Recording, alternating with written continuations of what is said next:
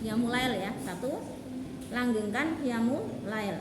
Karena orang yang qiyamul lail itu akan dijamin 9 hal ya. 9 hal itu antara lain apa? Sukses ya, karirnya tidak akan bisa ditumbangkan oleh siapapun ya. Kalau sudah berkarir, kalau Anda ya berarti nggak bisa difitnah, nggak bisa dijailin sama laki-laki maupun sama perempuan ya, dan sebagainya itu ya. Terus kemudian juga akan menjadikan marwah atau kehormatannya bagus kan gitu ya. Terus kemudian kalau di kelak di akhiratnya akan dibangunkan atau dibangkitkan dengan orang-orang yang mulia ya. Itu tahajud ya. Yang kedua, langgengkan puasa sunnah ya. Saya dulu waktu muda, kalau sekarang enggak, karena suami saya enggak boleh saya puasa terus ya awalnya. Sekarang malah wis angel pun puasa sunnah ya. Kecuali yang hari-hari yang diharamkan puasa. Kalau tidak bisa setidaknya Senin, Kamis ya. Kalau nggak bisa lagi gimana Bu? Ya setidaknya jangan makan yang haram ya dan subhat. Karena apa? Karena hal tersebut bisa bikin kita itu malas beribadah, suka bermaksiat. Bahkan kemarin ketika saya pulang dari sini hari Selasa kemarin ya, karena saya belum makan siang di luar sama suami. Di situ warungnya saya nggak tahu, karena saya bakso ya, saya nggak mikir-mikir itu dari daging apa. Pulang ke rumah saya nggak bisa khusyuk, angel banget ya.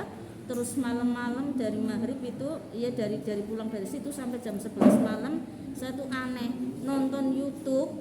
Di situ YouTube-nya cerita Rasulullah, biasanya saya nangis mahabbah ke Rasulullah. Tiba-tiba saya malah di hati saya, halah paling gue ngelomboni temenan apa ora sih Nabi, temenan apa ora. Astagfirullah, saya tuh gelisah banget, takut banget ya Allah, ada perasaan seperti itu ya Allah. Langsung ya istighfar syahadat terus, jangan berhenti istighfar syahadat. Tapi saya sudah istighfar syahadat, bahkan ayat kursi, orang empan baik itu jahat banget kan, pengaruh makanan haram. Saya tidak tahu kalau itu haram. Saya menyimpulkan haramnya kok dari saya makan bakso di situ langsung begitu. Berarti itu daging apa saya nggak tahu. Saya tak titeni. Besok lagi saya nggak akan makan di situ. Nah, dahsyat banget kan, sampai di ayat kursi di apa sholawat nggak mempan. Akhirnya saya abaikan ya dengan cara apa? Ya udahlah, Bismillahirrahmanirrahim. Saya sudah bertobat, sudah bersyahadat. Lebih-lebih saya tidur. Bangun-bangun saya sudah sudah beriman lagi ya. Jadi memang cara menghindari setan itu macam-macam. Ada yang dengan doa ya, dengan ayat kursi dan sebagainya, ada yang dengan istighfar, dengan syahadat dan berwudu dan sebagainya, tapi juga ada juga yang dengan mengabaikan. Termasuk itu ya. Aduh Bu, gimana caranya supaya tidak maksiat? Saya kan masih muda, punya nafsu juga kan gitu ya. Nah, terus gimana? Ya itu diabaikan ya. Kalau perempuan itu biasanya kalau menjelang mens ya, sama habis mens ya, itu akan libidonya naik gitu ya. Nah caranya gimana? Ya udah keluar aja ya, jalan-jalan menghirup udara segar ya kan. Pokoknya yang penting jangan sendirian, jangan kemudian diikuti yang hawa-hawa buruk itu, laki-laki apalagi ya.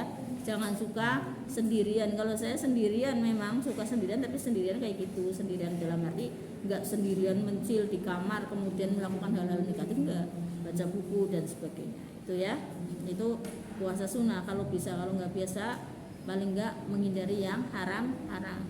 Yang ketiga berwudu ya. Wudu ini dawamul wudu itu kan tahajud juga ya, mencerahkan wajah, bikin cantik, awet muda kan gitu ya.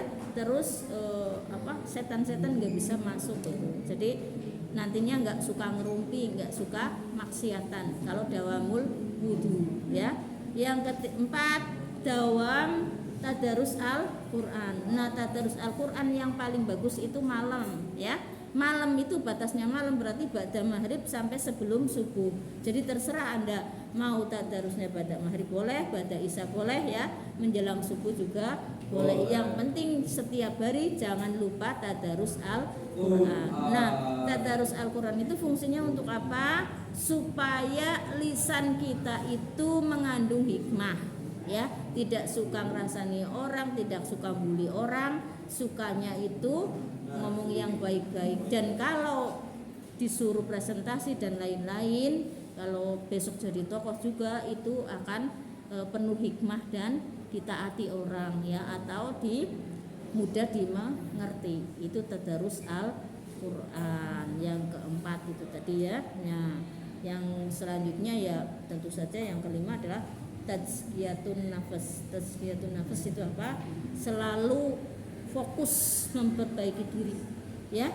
Jadi berusahalah mengikuti apa yang disampaikan oleh Rasulullah, apa yang ada di dalam Al-Quran.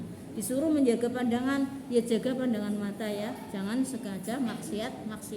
Disuruh menjaga lesan, ya jaga lesan, jangan maksiat. Dan selalu fokus, ini inti yang paling inti dari semua resep saya ini, yang paling inti satu, selalu fokus, pokoknya lillah aja, ya, cari ridho Allah, itu satu aja, ya. Karena saya perlu sampaikan ini karena saya sudah ngeri, ya, melihat orang zaman sekarang, ya, agama sudah pada jauh, ya. Jangankan sholat, sama agama itu banyak yang menyepelekan, nggak beragama, ya. Nah ini kan bahaya, kita tidak akan selamat itu. Apa artinya kita manusia tidak berislam, ya kan? Sama aja, nggak ada bedanya dengan yang disuruh selfie kemarin, ya, sama saya, ya kan? Saya kira